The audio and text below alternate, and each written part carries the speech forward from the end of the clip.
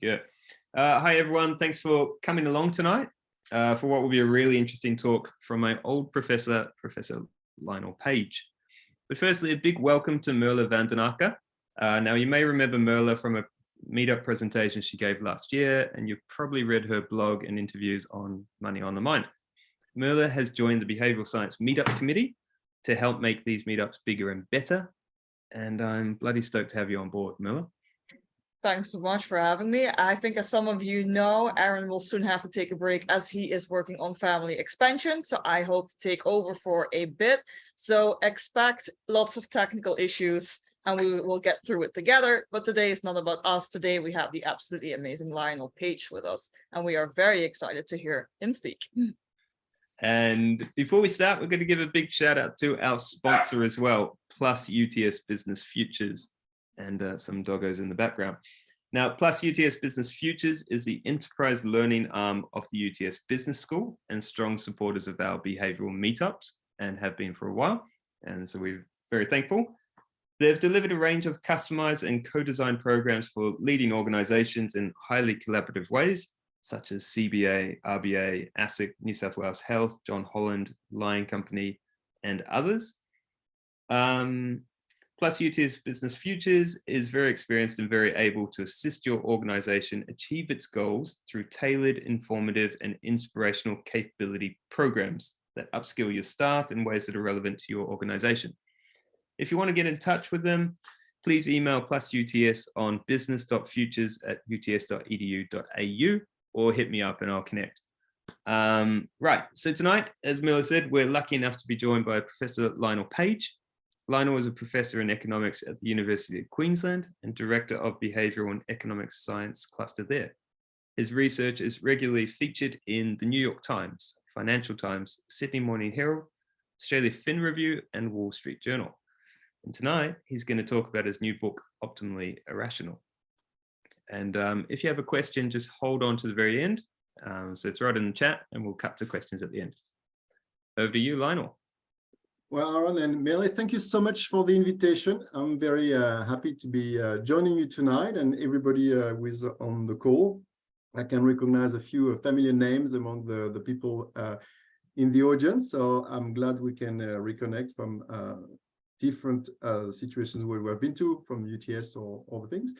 I'm going to share my screen. I think it should be working. Yeah, excellent.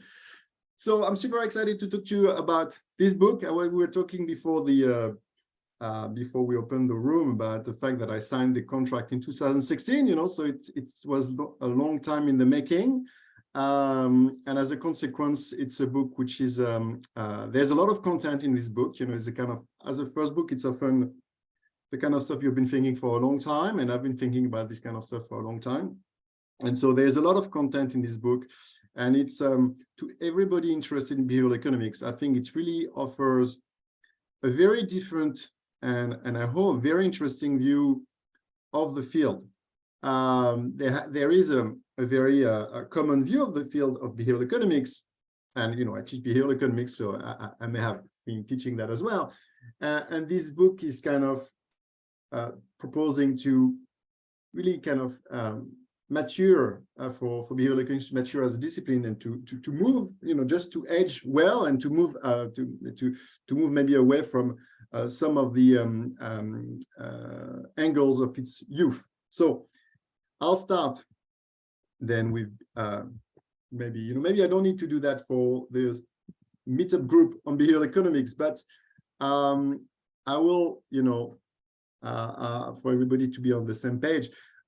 Start by talking about how behavioral economics is defined. You know, if you work in behavioral economics and people ask you what is behavioral economics, it is very common to answer that behavioral economics is about looking at how people make decisions and how they make mistakes. So here I took off the web a definition of behavioral economics, and it's defined that way on this website. Behavioral economics states that humans are irrational and are incapable of making good decisions. Behavioral economics relates psychology and economics to explore why people sometimes make irrational decisions and why and how their behavior does not follow the estimates of economics models. Right, so I would be surprised if this definition would shock most of you, you know. And another items before I start about the book is how the Nobel Prize of Richard Thaler was often presented in the press. And here you have an article from Slate with the title, Richard Thaler wins economics Nobel for recognizing people are irrational. And, you know, it's saying that people are irrational and using it as a description of the insight, the result of behavioral economics. It's very, very common, not only outside, but also in the field. So if you were to talk to economists, what is behavioral economics about? A lot of economists would think that it's about, you know, we had the old model of economics where people are rational, make good decisions, and then now behavioral economics use psychology to find, you know, what are the kind of mistakes that people make. So as part of this description of behavioral economics, if you're interested in, you know, if you were interested in behavioral economics and you hear that it's about biases, you may wonder about what are these biases, and then you may start to Google, and you would find a gigantic number of these biases. So here is an infographics listing around 200 biases, cognitive biases, with different names. So, you know, there are so many that you have to squint to find them. But if you are able to squint, if your eyesight still allows it, you'd find things like the spacing effect, suggestibility, the false memory, the cryptomnesia, I'm not sure what it is, you know, I don't know all of them, the ostrich effect, the subjective validation, etc. So you have a kind of, some people have called that the menagerie of behavioral economics. And I think Jason Collins, who is obviously a very active member of the Meetup group, has written a blog post about that. You know, it says not another bias. And finding biases was, in a way, part of the industry of behavioral economics. You know, if you wanted to do a PhD, a successful PhD could be, you know, finding a new bias, finding a new deviations from rationality. So the angle of the book is really to say, well, that cannot be the end of behavioral science. Looking for people making mistakes and listing the mistakes and pointing that people are not very good at making decisions cannot be the end of behavioral science, because in a way, if we were so bad, that would be a bit surprising. You know, we've been selected by evolution, and it would be a bit surprising that we were characterized by so many deficiencies. In a way, we should be not too bad at what we're doing. So to make this point, I'll start with this very different situation. I'm going to ask you to start very far away from humans and say, well, imagine that you're a flower and, you know, you don't have a brain, but in a way, you have to still, in a sense, to make decisions. And as you grow as a flower, one decision you may have to make is how to grow your petals. And one very simple rule you could apply is that you grow a petal and you rotate with an angle, and you grow another petal and you rotate with another angle and you grow another petal. And then the question would be, well, what should be the angle that you should choose? A problem is that if you use angles which are fractions of a circle, you will find that the petals tend to accumulate on arms. Okay, and so you would not be using very well the space around the center, around the pistil, around the center of the plant to put your petals. So the question is, like, if you wanted to map the space well and not have these long arms, you have to go very far to grow the petals. What angle should you take? And because when you use a fraction, it's not good. We find that using an irrational number, which cannot be put as a fraction, will not have these kind of arms. It will have spirals, which tend to not repeat and not build arms. And but some of them still have kind of patterns which look like there are some arms. So you want the irrational number with the least arms appearing, you know, which kind of you can map as much as possible the space. And here are like the solution. Here's the solution. The solution is in the center, is to rotate with the golden ratio. And you may have heard about the golden ratio. It's famous in many settings in arts. It's also observed a lot in nature. And people have been thinking that it's very strange that this irrational number appears in nature, that there's something almost mystical about its presence. And one thing also with the golden ratio is that it leads to Fibonacci sequences. And we know that the petals follow Fibonacci sequence. You know, flowers have 1, 3, 5, 8 petals. And that comes exactly from the golden ratio. And when you use, if you were this flower and you use this golden ratio, then you would be in the middle. You'd perfectly map the space around the center of the flower. And if you deviate a bit on the left or on the right, and you don't have the arms like a fraction, but you still have this kind of wavy arms which do not perfectly map the space. So in that sense, and that's why I use it, if you see the cover of the book, which, you know, it's the golden ratio is here on the cover of the book. It's because it's an irrational number, which is an optimal solution to this problem. So it's an optimally irrational solution. And so something which seems strange a priori, the fact that we observe this golden ratio, which is like, you know, why is this very specific mathematical entity in nature? And people have been pondering about this very strange thing. There's a good reason. So when we observe something strange in nature, there may be good reason. And here the reason is that there has been selection for flowers to use the golden ratio because it's the optimal solution.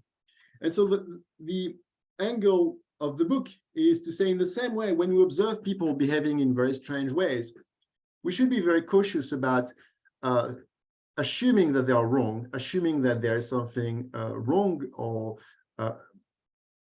impossible to explain about the behavior, because maybe we are not just seeing what is the solution, or what is the problem that this behavior is the solution of. And so the book reviews pretty much all the literature in behavioral economics, and showing that in most cases, a lot of the biases that have been described as showing that people are really bad at making decisions, we can understand them when we understand the problems that people face, maybe now, maybe our ancestors, and that often these behaviors are good solutions to the problem that we face. So that's the key angle of the book. And you can see here that this optimal solution is observed in nature, which is kind of amazing. But at the same time, nature has had like hundreds of millions of years to progressively approximate this optimal solution. So in this talk, I'm going to give you a flavor of the book. The book is really rich and really covers all of behavioral economics. So it's, I would need several hours to cover all the topics. But here we'll cover the topics from 2 chapters. And the book is divided in 2. First, I look at individual decisions. And second, I look at interactions, social interactions.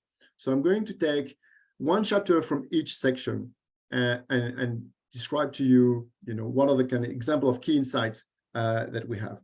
So I will start with individual decisions, which is the situations where a person is in a standalone setting and has to make a decision. And what I'm concerned about is to try to explain this very famous value function proposed by Kahneman and Tversky in 1979. So anybody who has worked a bit in behavioral economics know this paper published in Econometrica, which is the second most cited paper in economics.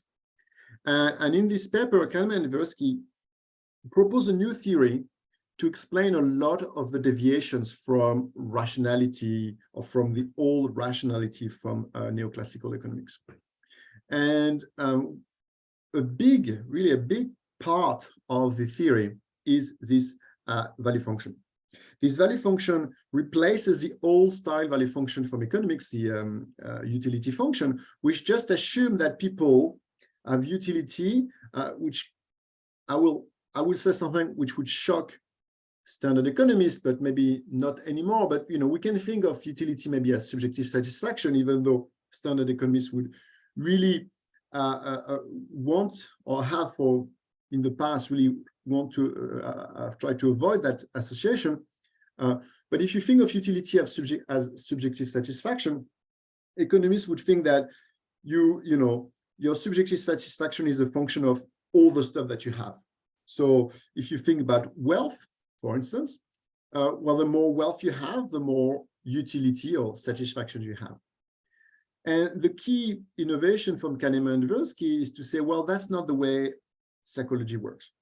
So we do not wake up in the morning and thinking about how much we have in a bank account and savings and super and thinking, I'm great because I have that much. And a year later, you have more and you feel more happy because of that.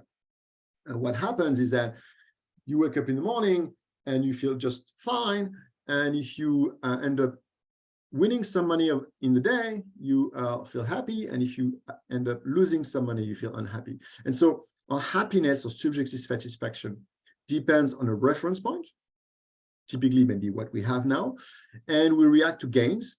We like gains, and to losses, we don't like losses. And so Elon Musk, when he wakes up in the morning, I'm sure that he just doesn't wake up every morning ecstatic about being very rich. If he loses a lot of money because he has tweeted a few things which drops the value of the Tesla stocks, maybe he's going to feel a bit worse.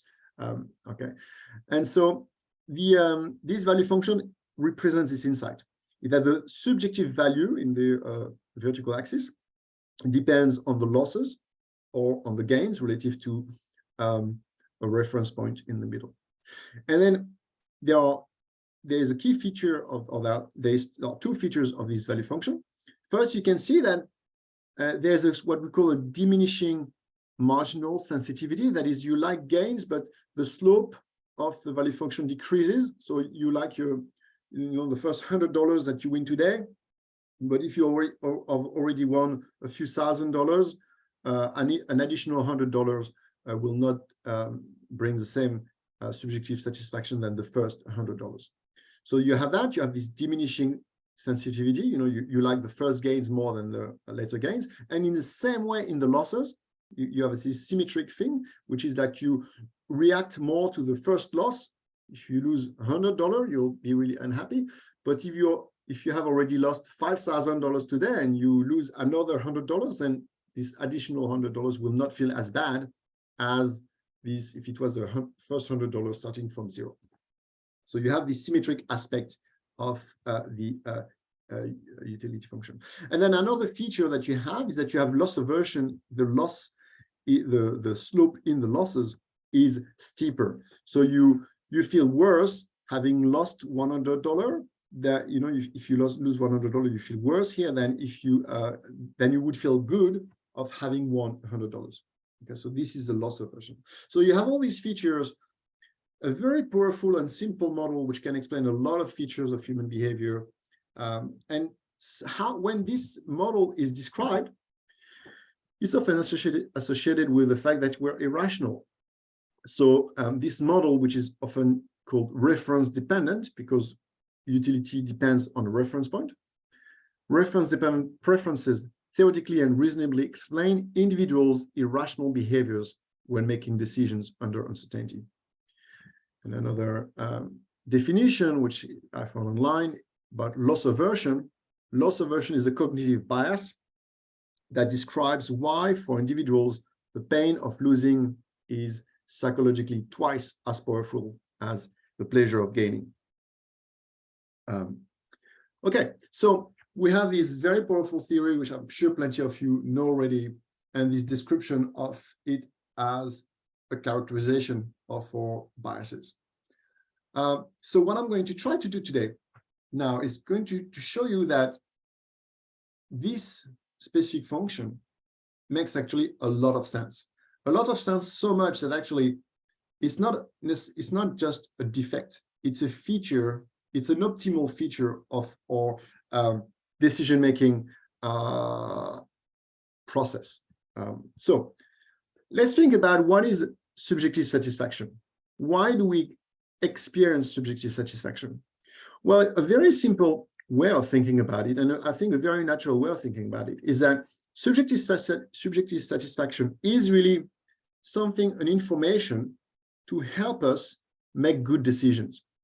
So you can think of it as a decision tool. When you face different situations or different choices, you will experience satisfaction with the options, the choices which are good, the decisions which are good, and you will face dissatisfaction, pain, unhappiness with decisions which are not good. So here in this example, you know, having a hot chocolate with some marshmallow in the morning, that feels good, providing that you don't feel too guilty for your diet about that, but you know that feels good. It's energy. Energy in general is good for your health, in particular for our ancestors who didn't have access too much to sugar. So you know, it's a good thing, you know, to get some energy in the morning. Putting your hand on a hot frying pan, that's not very good, and so you'll feel very bad doing this, right? And so pleasures and pains can be seen as a signal associated with decisions to tell us good things, you should do it again, and bad things, you know, that's really bad, you shouldn't do it. So anything which harm your body, it's bad. Anything which you know, makes you more healthy, etc., is going to be good.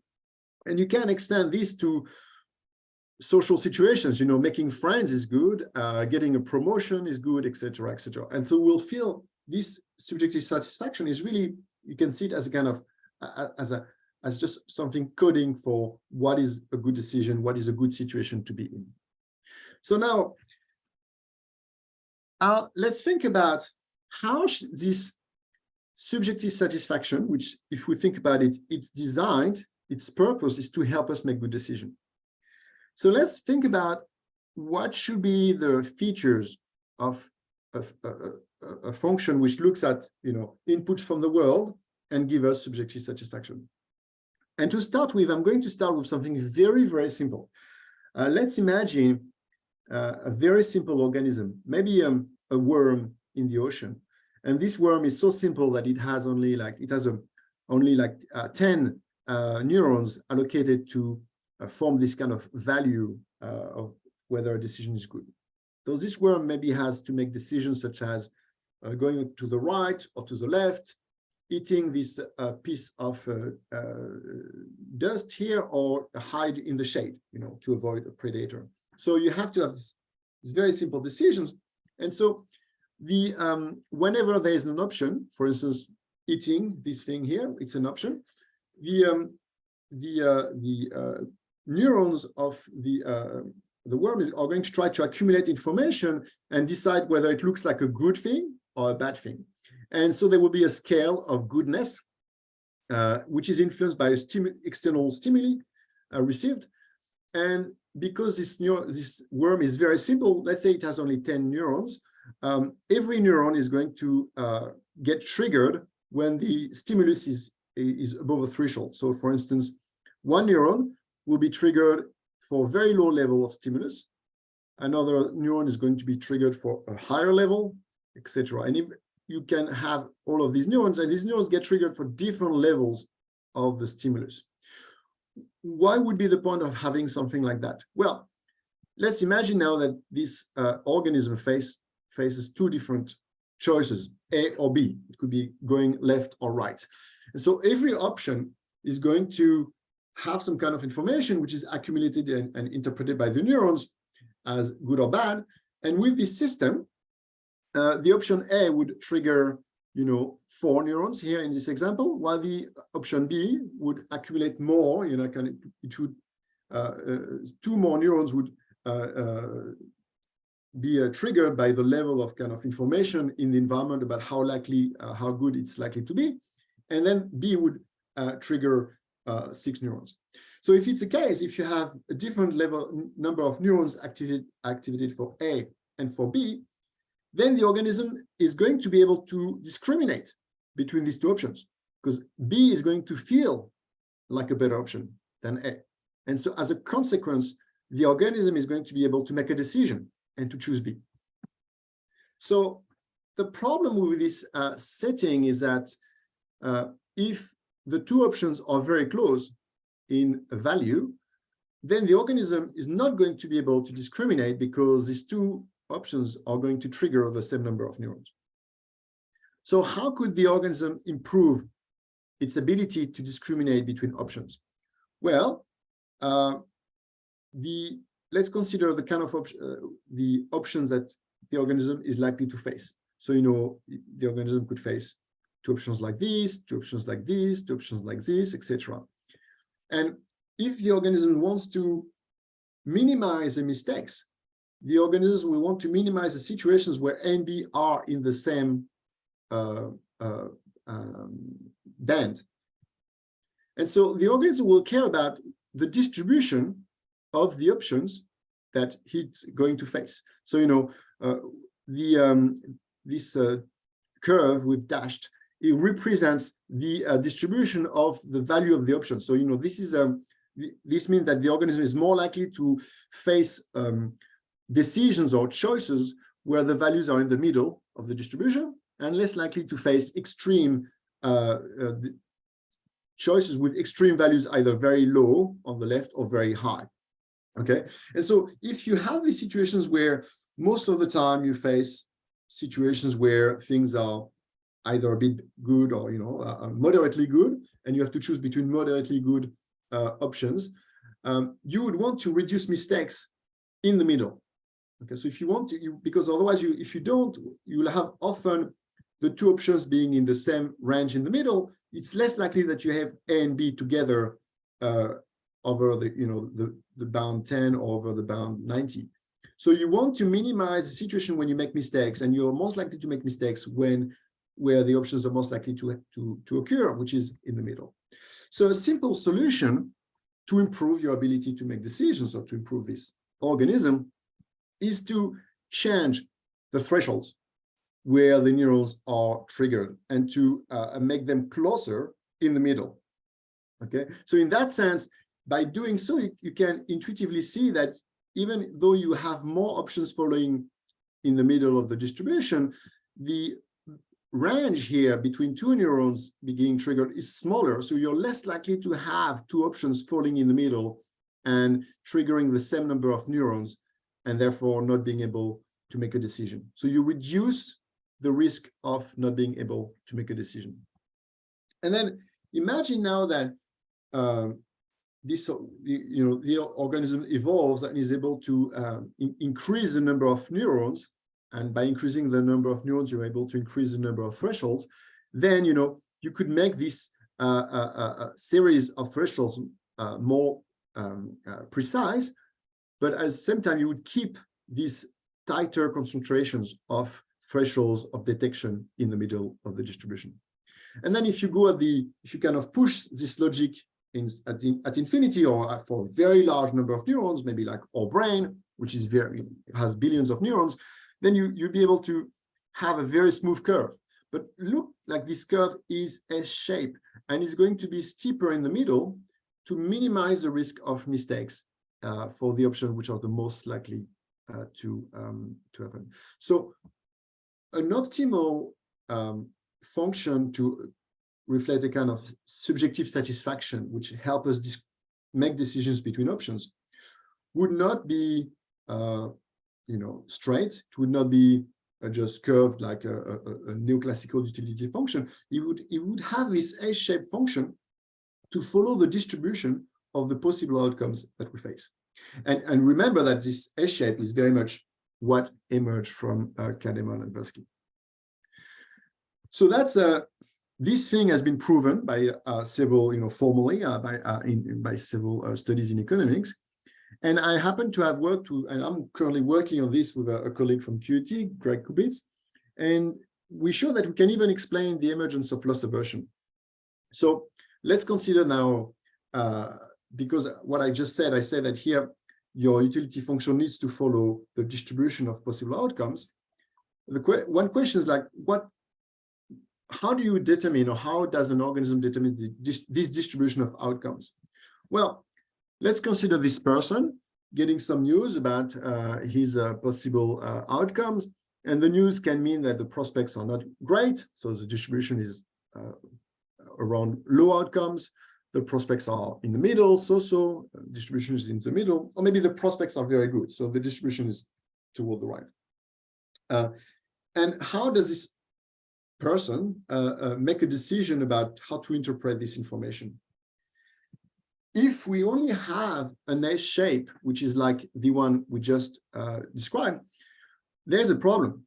The problem is that we may have an incentive to choose low aspirations. And this is very well known. So Lao Tzu here famously said, be content with what you have, rejoice in the way things are. When you realize there is nothing lacking, the whole world belongs to you. That is, don't have high ambition. Just be, if you're happy with what you have, if you don't want more, you'll be happy. And a kind of less, kind of more prosaic way of putting it is this headline on the right: the scientific key to happiness is low expectations.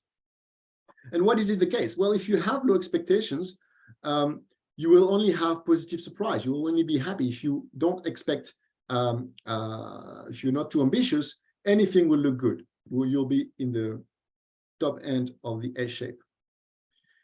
And maybe to make this point further, what I mean is that if you have low expectations, this S shape is going to be around, if you expect the distribution to be low, this S shape will be around the left. And so whatever you get in the middle, if your options, your outcomes are really in the middle, they will look really good. Okay. So if we were only to have this kind of S shape, there is a risk that we have an incentive of being pessimistic.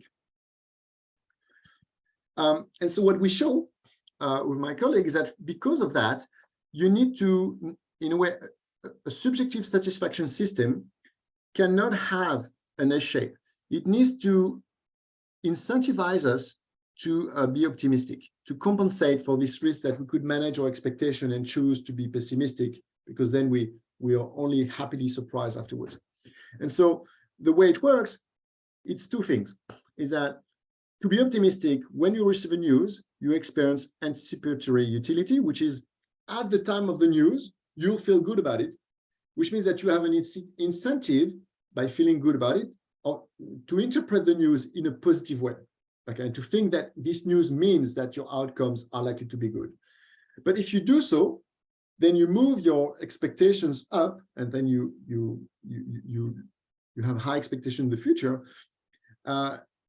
What you want is, what you need is people to then do the right actions to fulfill these expectations, and for that you need loss aversion, which is what we show here. The optimal solution in this situation will have that your utility function is going to be higher around the expectations, and it means that you will fall below your expectations. The cost in subjective satisfaction is going to be larger than the benefits of going above your expectations.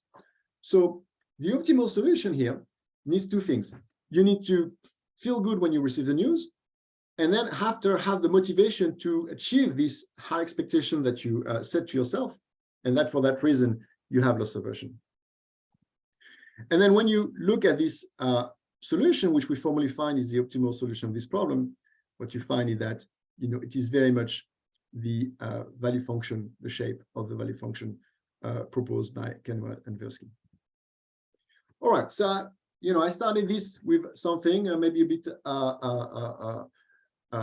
technical about the value function, but I think it's key because this value function has been so popular in behavioral economics, and often it is not well known that we have a growing understanding, maybe not in the community at large of behavioral economics, but in the research field which works on this thing, we have a growing understanding about why we would have this very specific value function and why actually it is a good solution to the problems we face. Now I'm going to talk about things maybe a bit less technical, but very important for social interactions. I'm going to talk about group behavior and the fact that group behavior is often interpreted as an example of irrationality. In the old standard model of economics, people are assumed to be selfish or to be at least self-centered. So you have, people just care about themselves. And in when you look at society, you observe that people don't care only about themselves. They do things like they are cooperative. So this was the Brisbane floods in 2011, and there was a huge outpour of cooperation, people helping each other, and people feel like they belong to groups, and they share common identity. But at the same time, you have negative aspects of this behavior. Like you have cooperation. Cooperation sometimes is good, but sometimes cooperation leads to things like corruption. Corruption is a kind of cooperation, but not within the groups that we would like cooperation to appear. And group identity and group feelings of bonding, etc. Sometimes it's kind of positive, and like here, we've got the supporters of the Queensland rugby league team during the state of origin. But sometimes, like here in Melbourne, in the when there was clashes between Croatian and Serbian supporters, it leads to between groups conflict. So these kind of features, the positive and the negative, are often, at least at a superficial level, presented as incompatible with the traditional insights from economics. And what I want to argue here is that here again, it's a case where we have now a very good understanding, if you look at the right literature, why this behavior makes perfect sense and a good solution to the problem we face. So here you have, people talking about irrationality in group behaviors. Novak describes here, says, the irrational human emphasis on fair division suggests that players have preferences which do not depend solely on their own payoffs. So here, the preference for fairness is presented as being irrational. And this other quote from Nietzsche, madness is something rare in individuals, but in groups, parties, peoples, and ages, it is a rule. So often it is thought that group behavior exhibit irrationality. So I'll start with something which many of you, most of you likely have seen, the prisoner's dilemma, which is this dilemma about cooperation. And the version of the prisoner's dilemma, which I prefer, is this suitcase exchange. So you consider a situation when you have somebody who has diamonds, a seller of diamonds and a buyer of diamonds, and let's say they're not really they are outlaws, so they can't do it in the open. They can't sign a contract. The only option they have is to exchange a suitcase in a place when they have to do it very quickly, and they don't have the time to check what's in the suitcase. And so you can imagine that in this kind of situation, there would be the temptation, possibly, of saying that you want to do the exchange, but on the day of the exchange, you do not bring a suitcase with something valuable in it, but you bring an empty suitcase with maybe a piece of papers in it. So if you are the seller, you can choose to cooperate and bring your diamonds, or you can choose to defect and bring an empty suitcase. And if you're the buyer, you can choose to cooperate and bring the money, or you can choose to defect, and then you bring nothing. You bring nothing here. So if you know this game, and if you think about it, you know that, well, and you can realize it even if you don't know it, you can see it very quickly, is that if you're the seller, you should defect. Because if you're the seller, whatever the other player is doing, so if the other player brings money, you're better off not bringing anything, so you get the money for free. And if the other player doesn't bring the diamonds, well, why would you give money? You don't want to give money for diamonds. So you should, so the seller, sorry, what I said was confused. So if you, because that's the seller. So if you are the seller, if the other brings money, yeah, you want to bring nothing like that. You get the money. And if the other doesn't bring the money, you want to bring nothing like that. You don't give the diamonds for nothing. And then if you are the buyer, you face exactly the same situation in a symmetric way. So you, if the seller is bringing the diamonds, well, if you bring nothing, you get the diamonds for free. And if the seller doesn't bring the diamonds, then you don't want to give money for nothing. So you don't want to bring nothing. So you have these situations where both players, the seller and the buyer, have an interest to bring nothing. And so as a consequence, they end up in the situation where, both of them would bring nothing to the exchange. And so they will not be able to exchange something. And the dilemma is it comes from the fact that they would both prefer to be here than to be there. But when they interact and they think rationally and selfishly, they end up being here instead of there. So it's kind of frustrating. You would want to be here, but you cannot. Rationality pushes you to be there. Now, the key insights from the prisoner's dilemma, or for the prisoner's dilemma literature, is that this is what happens if you play this game once. But let's now imagine that these two players were going to play this game repeatedly every Sunday, every week on Sunday. Well, you get very quickly the intuition that cheating is not necessarily a good idea, because if you cheat now, maybe you cheat now, you get some gains on this Sunday, but you cannot expect the other player to come the next Sunday and the following Sunday, etc., and to continue to cooperate with you if you cheated. So the risk of losing future opportunities of cooperation is going to be something which limits your willingness or your incentives to cheat now. And a very well-known result in economics is that if you repeat this game enough, then actually cooperating becomes a solution. It becomes a rational action, a rational strategy. And the reason is simple, is it becomes a strategy because the threat of losing the cooperation in the future is going to police the behavior in the present. And simple ways of ensuring that people are going to cooperate is to adopt reciprocal strategies. So a very simple reciprocal strategy is a Grimm strategy, is the situations where people will cooperate all the time until the other player defects. And as soon as the other player defects, you stop cooperating and you defect all the time. You never forgive.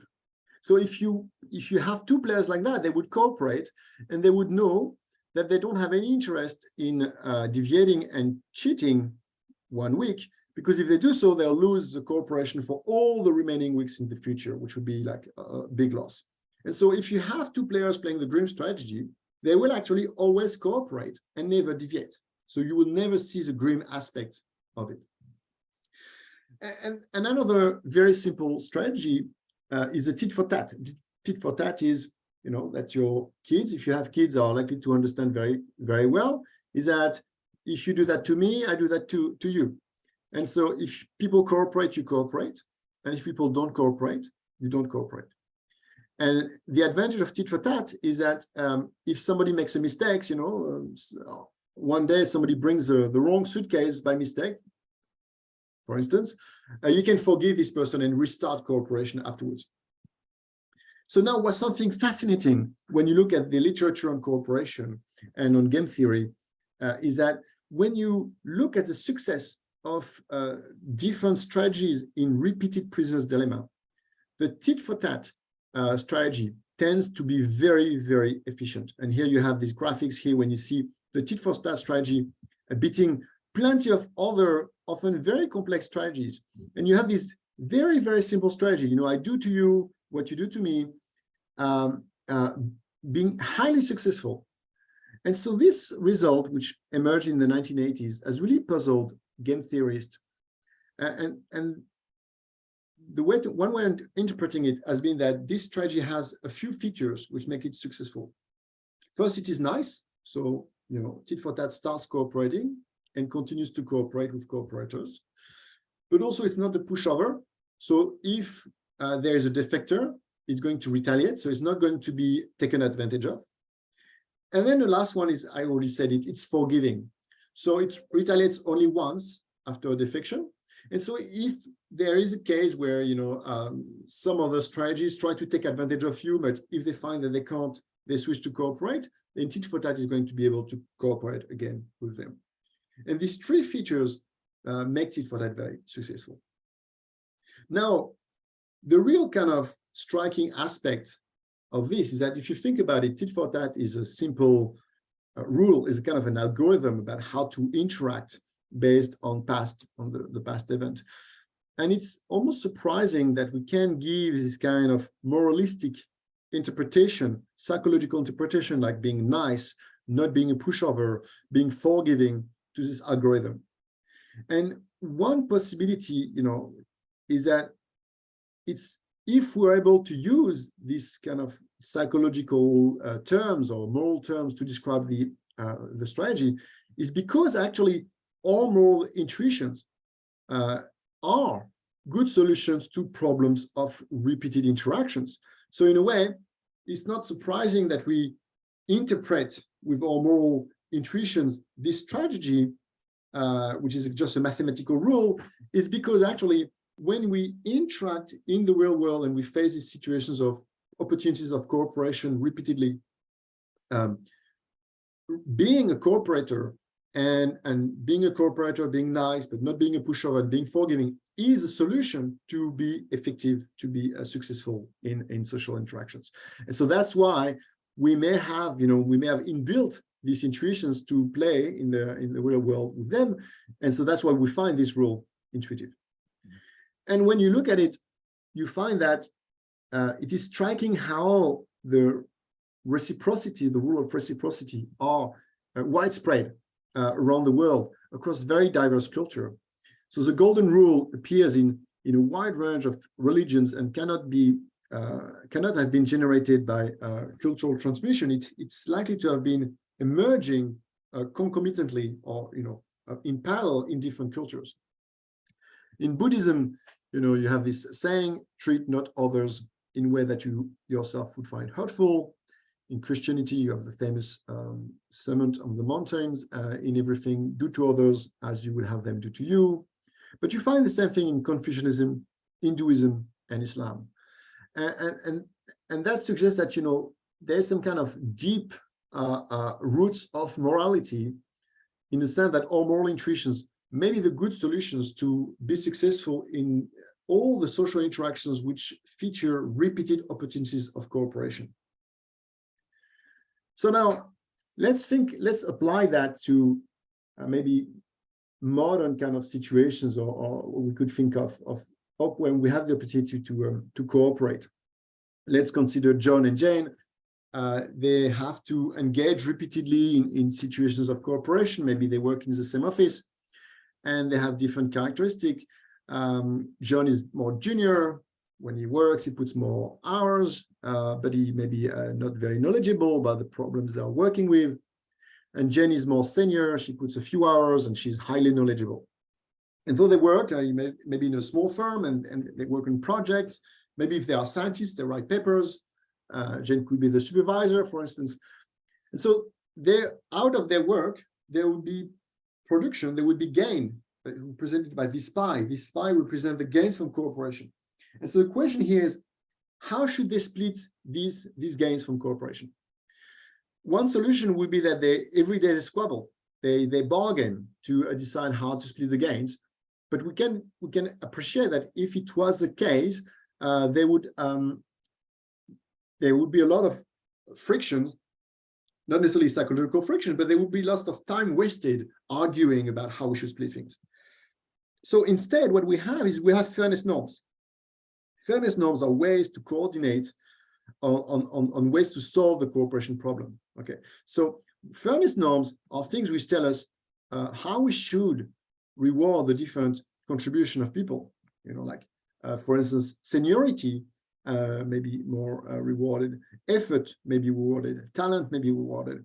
And so in a situation that John and Jen are facing, they will be able to access a common fairness norm, which is part of their culture, shared culture, to very quickly understand or appreciate what is the right way, what is a quote unquote fair way of sharing the gains from cooperation. And most often what's going to happen is that because they have this shared understanding, they do not need to voice the norm. And so the norm can act as a way to coordinate people on how to cooperate without having to be voiced. And the situations which are going to happen, maybe a wide range of situations, and fairness norms are always going to be in the background. And the situations where fairness norms are going to be voiced are typically going to be situations where people disagree or where somebody violates the fairness norm.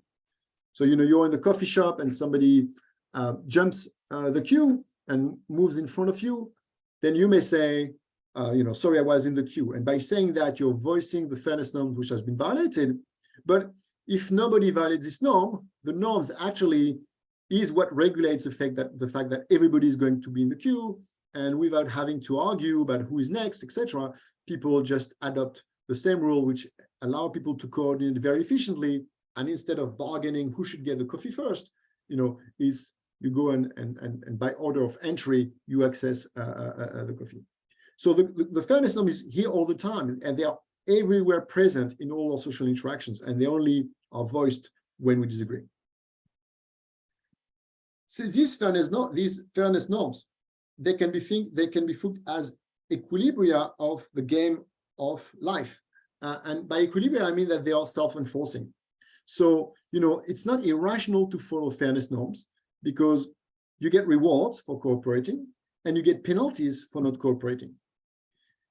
And then all moral preferences, they're actually helpful to help us play this game of life. So we like people who are kind, who are fair, and we enjoy being kind with them. This is positive reciprocity.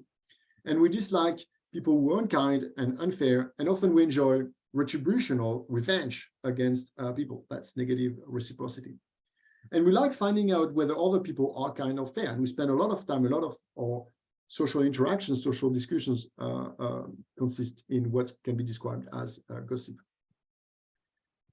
And I'm aware that I'm past 6, so I'm going to try to be quick and almost there. The other thing is that this cooperation is not necessarily good in itself. It depends about where it happens. And so, this is a quote from The Godfather, where somebody asked for a favor, a help from the Godfather, which he asked for people who have beaten his daughter to be punished. The Godfather say, someday, and that day may never come, I'll call upon you to do a service for me, but until that day, accept this justice as a gift on my daughter's wedding day. So it's exactly a positive reciprocity. You ask me, I give you a favor, but later, expect that you give me back a favor. It's not a monetary transactions, but it's a positive reciprocity transaction. And so when you look at the notions of reciprocity, you can look at the notion of moral circles of cooperation, which was proposed by Peter Singer, is that cooperation can happen in different circles.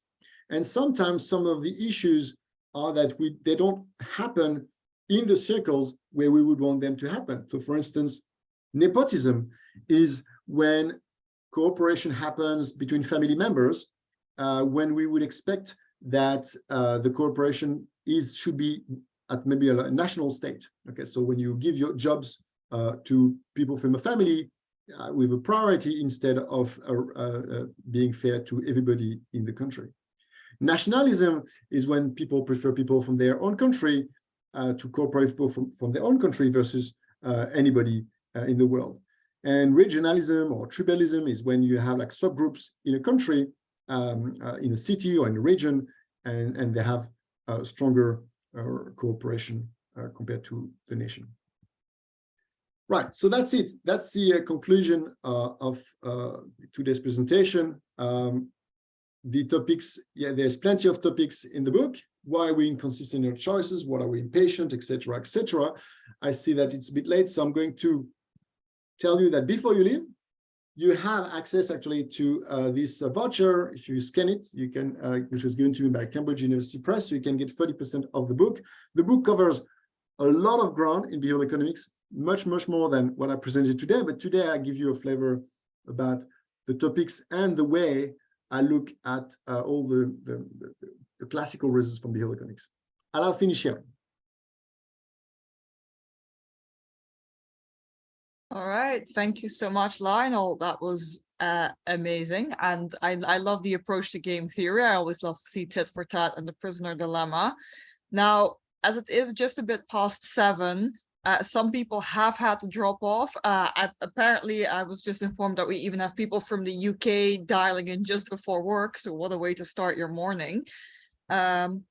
very happy reviews in the chat. Guys, does anyone have a specific set of questions or a topic they would like to know more about or clarification about?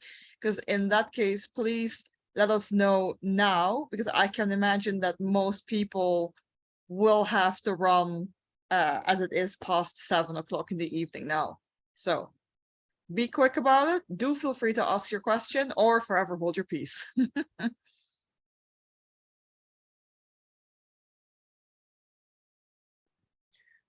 Lionel, I'll ask you one, mate. Sure. What was the most interesting thing you discovered or learned during this process of putting this book together? Stuff. I learned a lot of things. Every chapter.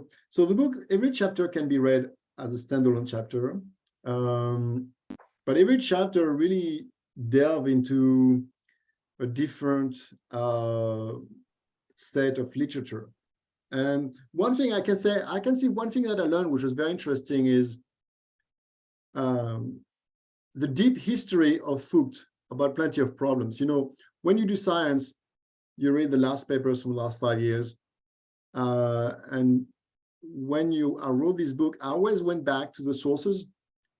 And then the sources had other sources, and then went back to the sources. And there was several insights. One insight is that often a lot of these ideas, discussions have been present for centuries. So you find old philosophers, sometimes in the Middle Ages, etc., having plenty of insights. So if you think about overconfidence, for instance, or self-deception, all this kind of thing,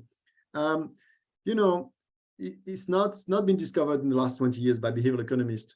So that is fascinating, because often we can to, and I guess this is a game of science. You want to say that you're the first to say something. So we often don't spend too much time explaining how the history of food, but you can find that ideas have been kind of present to some extent a long time back in history. That was fascinating. Another more pragmatic conclusion I have is that going back to sources, it's very surprising how often the insights present in the sources is distorted eventually as you go to present. And so in particular, often as you go back to the first people writing on a topic, you find how they can be very showing plenty of doubts and subtleties in their thinking. And then as you move along, this is kind of the doubts and the subtleties are progressively dropped for a version which is much more simplistic, mechanistic, and sometimes a bit dogmatic.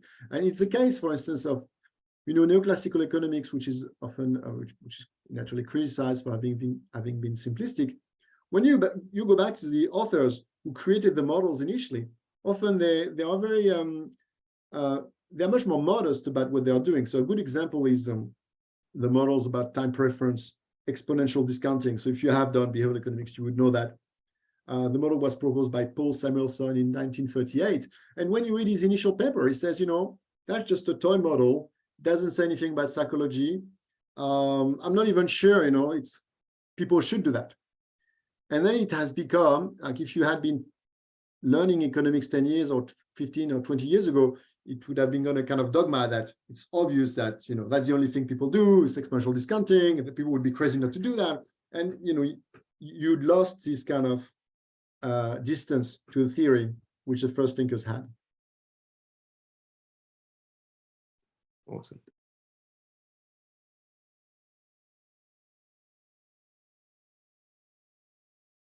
Thanks so much for that, Lionel. I've got one last question in the chat, and then I think we're going to let people go. Everyone who's still on here, thanks so much for staying past 7. Really appreciate that. So Annabelle had a question asking essentially, did we find any real biases that we would really call irrational? So that's a good question. I mean, it's hard to know, to pinpoint, say, well, these biases are really rational. I would say we should expect that there are, we can't be perfect. In the book, when I say optimally rational, it's a bit provocative, because I say it in the book. I don't claim to say that we're always optimal.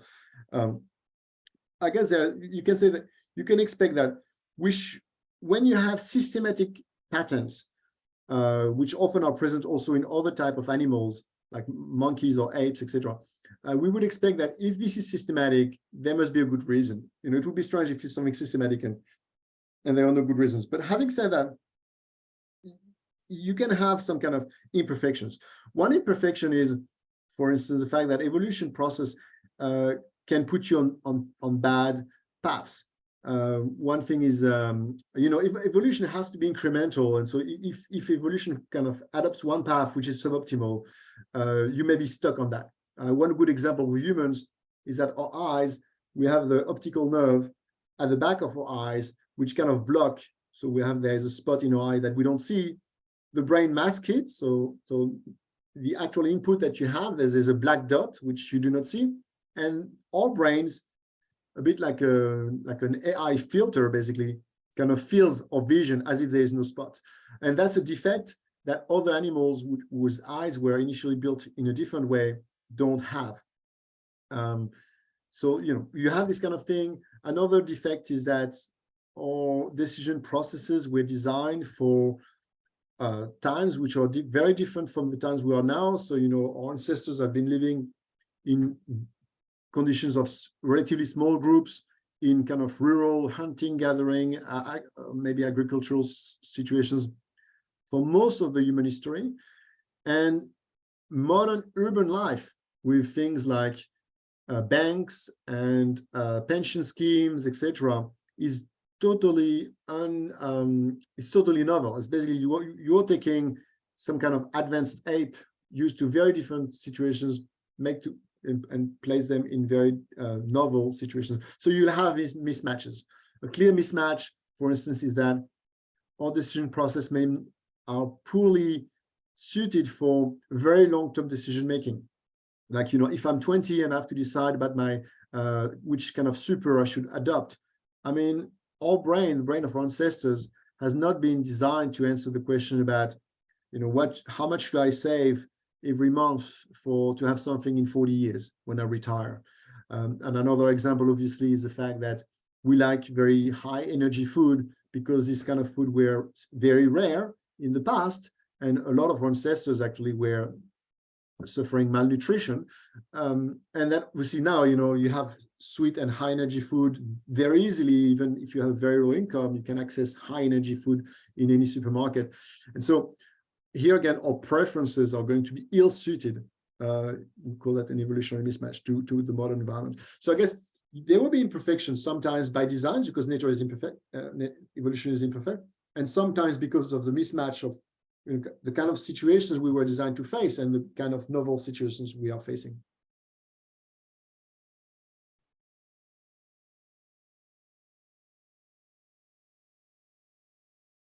All right, Annabelle, I hope that answers your question. I think it does. It seems to be indicated as such in the chat.